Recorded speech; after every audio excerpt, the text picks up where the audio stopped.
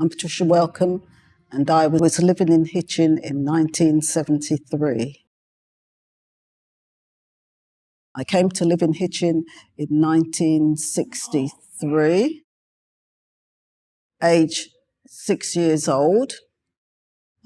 We came up from Finsbury Park in London, and I came with my mum and my brother, and we lived in rooms in Trevor Road. Lots of other families lived in rooms. So we had a room, so it was three of us in the room, three of us shared a bed, in those days.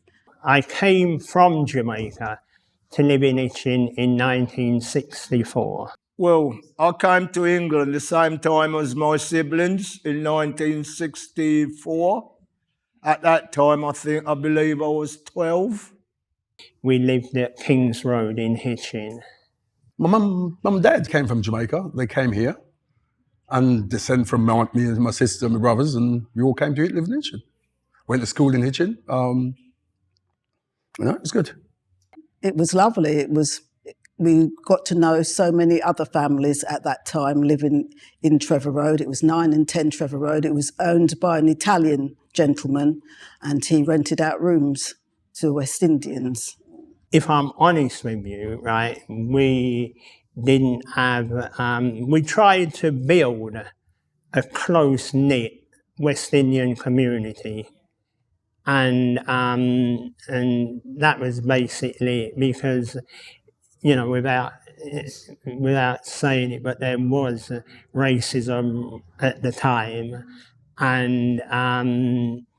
And so we just tried to build a close-knit West Indian community.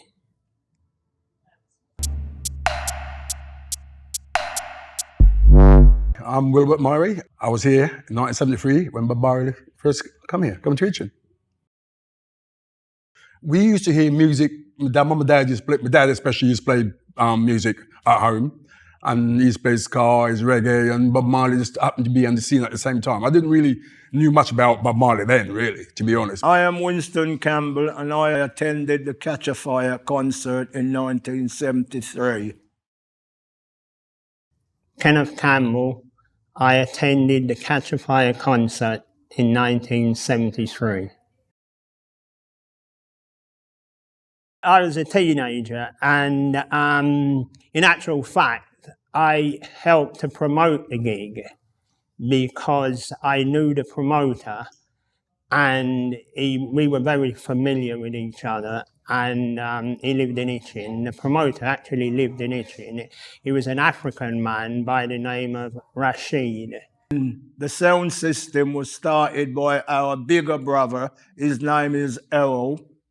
And then me and Kenny took it over, and Rashid asked us to play on the night at the Catch a Fire concert with Bob Marley.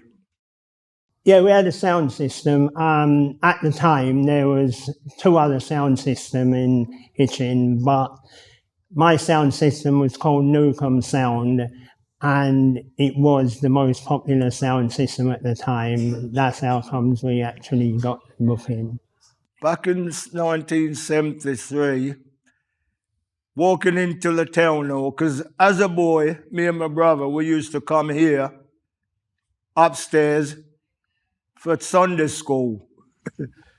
So when we actually came to the town hall to play with Bob Marley now and see the setup and the crowd of people that was coming in, it was just fantastic. I helped promote it. I helped to sell tickets. I also played at the event. Well, basically it was hard work, to be honest, and we had to have help to carry the speakers from the truck or the van, bringing it in the hall, setting it up, and them days you had wires from the speakers to the amplifiers going everywhere, not like today. Well, at that time, Bob Marley wasn't as big as when it turned out to be, but it was great because it was first time you see I saw a big star from Jamaica, the great reggae music, and the sound system was just to die for. I felt great simply because most of the songs that he did were songs that I was already familiar with because I used to hear them in Jamaica as a little boy before I came to England. So it was just amazing. On the same night as the Catch a Fire concert, there was a dance held in Letchworth, all right? And in those days, if you're a girl, you'd have to go along with your mum. My mum decided that she'd go to that dance that day. I had no money, so I had to tag along with my mum. All of the people at the dance, all the men at the dance, well, there were boys in those, there were teenage boys at the dance, and they were there as well.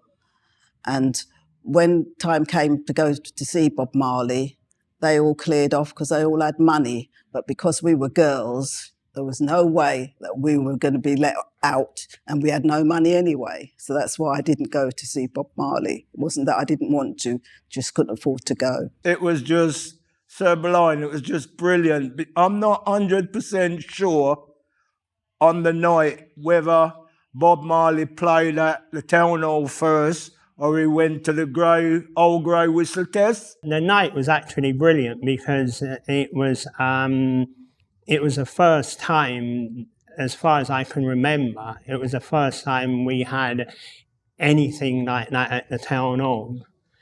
And it was well attended. Them days, I'll have to say, the crowd would be, because we're talking 73, we're talking about, I'd say, 80% black and 20% white. Bob Marley didn't even have locks at the time. He had sort of afro, as if his hair needed combing. Good vibes, very good vibes, you know. We couldn't believe Bob Marley was actually playing at Hitchin Town Hall. Bob Marley, I want to dance. So if you are a big tree, we are a small axe, ready to chop you down. Most of us, Africans, Jamaicans, Caribbeans, we just want to dance, don't we? Favourite Bob Marley and the Wailers song. Trying to think, I love them all. I can't say that I've got a favourite really, because I love them all. No woman, no cry. And then the chorus, I like the chorus nicely. And then Georgie would light the fire, which will cook cornmeal and share with you. My name is Akil, and my mother moved here 10 years ago. I always celebrated how my mum took from it, I don't think that Bob Marley existed for himself, that he existed to make someone else understand what he was trying to say.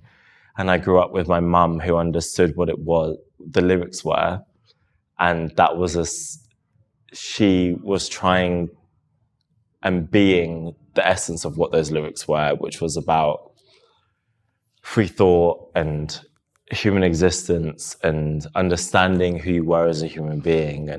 And I think that was a strength that I took from my mother, and then inadvertently, maybe from Bob Marley in a way. My name's Flora. I'm Akil's mum, and I'm a massive Bob Marley fan.